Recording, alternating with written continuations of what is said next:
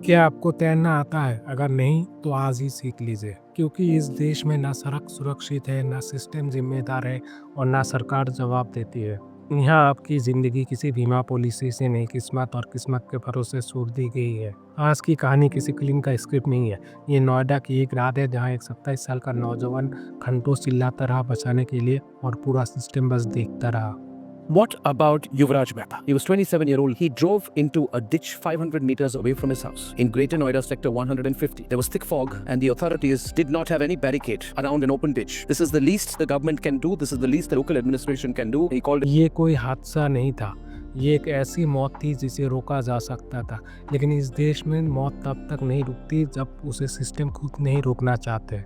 नोएडा के जिस सड़क पर ये घटना हुआ वो सिर्फ एक सड़क नहीं थी, वो उस सिस्टम की आईना थी। रोड के उस खतरनाक मोड़ पर ना कोई स्ट्रीट लाइट थी, ना कोई चेतावनी संकेत या ना तो कोई बैरिकेड था और ना ही कोई ऐसा इंतजाम था जिससे ये पता चले कि आगे कोई जानलेवा खतरा है। एक 27 साल का सॉफ्टवेयर इंजीनियर युवराज उसी रात में अपने गाड़ी से घर लौट रहा था। कोई जल्दबाजी नहीं, कोई लापरवाही नहीं, फिर भी उसकी गाड़ी सीधे गड्ढे में जा गिरी। सबसे अहम बात, युवराज उसी पर नहीं मरा। वो घंटों तक चिल्लाता रहा मदद के लिए, लेकिन किसी ने कोई मदद नहीं किया। 2 घंटे उस लड़के ने अपने फोन पे टॉर्च जला के रोड पे जितने भी लोग गुजर रहे थे उनसे मदद मांगी थी कि भाई मुझे बचा लो प्लीज। जितने यहाँ पे लोग खड़े थे 100 मीटर रोड पे यहाँ पे, उनसे भी मदद मांगी थी। हाँ, ब्रिगेड वाले भी आगे थे, पुलिस प्रशासन भी था यहाँ पे, कई गाड़ी पुलिस वालों की भी थी। ठीक है जी, कोई भी उसे नीचे बचाने के लिए नहीं चाह रहा, जबकि उनके पास सेफ्टी जैकेट भी थी, छोटी नाव भी थी, रस्सा भी था।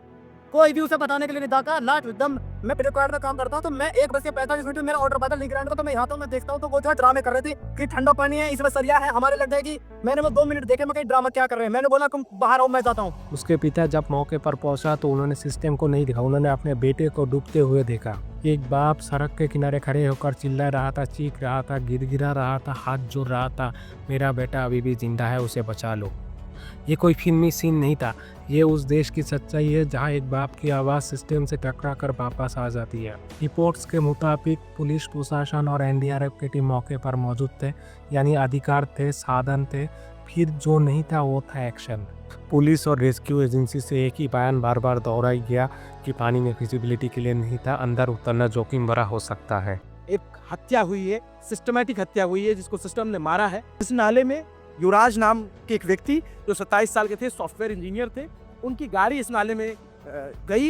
ये अभी लगा हुआ है सारा, ये जो योर सेफ्टी, फैमिली सेफ्टी, ये सारा ज्ञान जो नोएडा अथॉरिटी ने लगा रखा है ना, ये जिम्मेदार है, इस मौत का जिम्मेदार ये अथॉरिटी है। सवाल ये है कि जब किसी का जान सामने डूब रही हो तब क्या सिस्टम का काम सिर्फ खतरा गिनना रह जाता है? अगर विजिबिलिटी की समस्या थी तो रोशनी का इंतजाम क्यों नहीं किया गया? अगर हालात मुश्किल थे तो बैकअप रेस्क्यू प्लान क्यों नहीं किया गया? पर एनडीआरएफ जैसे हाई ट्रेंड फोर्स भी सिर्फ बहाना दे तो आम आदमी किससे उम्मीद करेगा?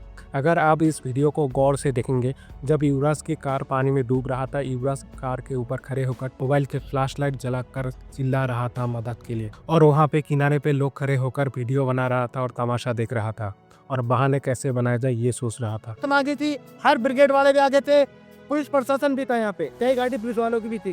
ठीक है जी, कोई भी उसे नीचे बचाने के लिए नहीं तैयार, जबकि उनके पास सेफ्टी जैकेट भी थी, छोटी नाव भी थी, रस्सा भी था।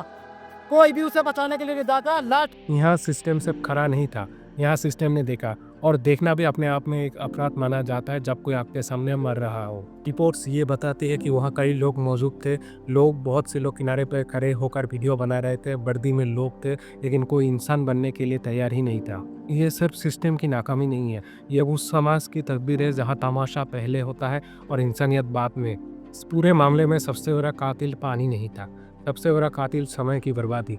मिनट बीतते रहे और सिस्टम सोचता रहा, बयान देता रहा और जिम्मेदारी से बचता रहा। तैर रहा था, वो बाहर लगा रहा था जो बचाओ बचाओ, लेकिन 2 घंटा था तो ये बचा सकता था कोई भी। पुलिस वाला उतरने नहीं दिया, उतरने वाला था कोई, जो हम बचाएंगे, उतरने नहीं दिया। अगर समय पर एक्शन आता तो शायद युवराज आज जिंदा रहते, लेकिन इस देश में फाइलें तेज चलती है, इंसान नहीं। अब सवाल ये है कि इसकी जिम्मेदारी कौन लेगा? क्या उस सड़क को बनाने वाला जिम्मेदार नहीं, या लाइट ना लगाने वाला विभाग जिम्मेदार नहीं, या एनडीआरएफ सिर्फ नाम के लिए है? हर मौत के बाद एक ही शब्द सुनाई देता है, जान से। लेकिन इस देश में जांच का मतलब यही होता है कि कुछ दिन शोर होगा, फिर सब शांत हो जाएंगे। सिस्टम खुद को कभी दोषी नहीं ठहराता। सिस्टम जानता है कि सवाल पूछने वाले लोग थक जाएंगे। ये कहानी सिर्फ युवराज की नहीं है, ये हर वो आम नागरिक की कहानी है जो हर रोज घर से निकलता है और शायद ये सोचता है कि आज उसका नंबर शायद न आए। ये क्योंकि इस सिस्टम में आपकी ज़िंदगी किसी योजना का हिस्सा नहीं है और यहाँ पे आपकी सुरक्षा की कोई प्राथमिकता भी नहीं है। आपकी ज़िंदगी शांत बिंदु का खेल बन चुकी है। किसी भी वक्त किसी भी सड़क पर सब कुछ खत्म हो सकता है।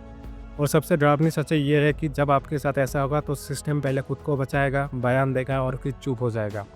आज युवराज था, कल शायद कोई और होगा।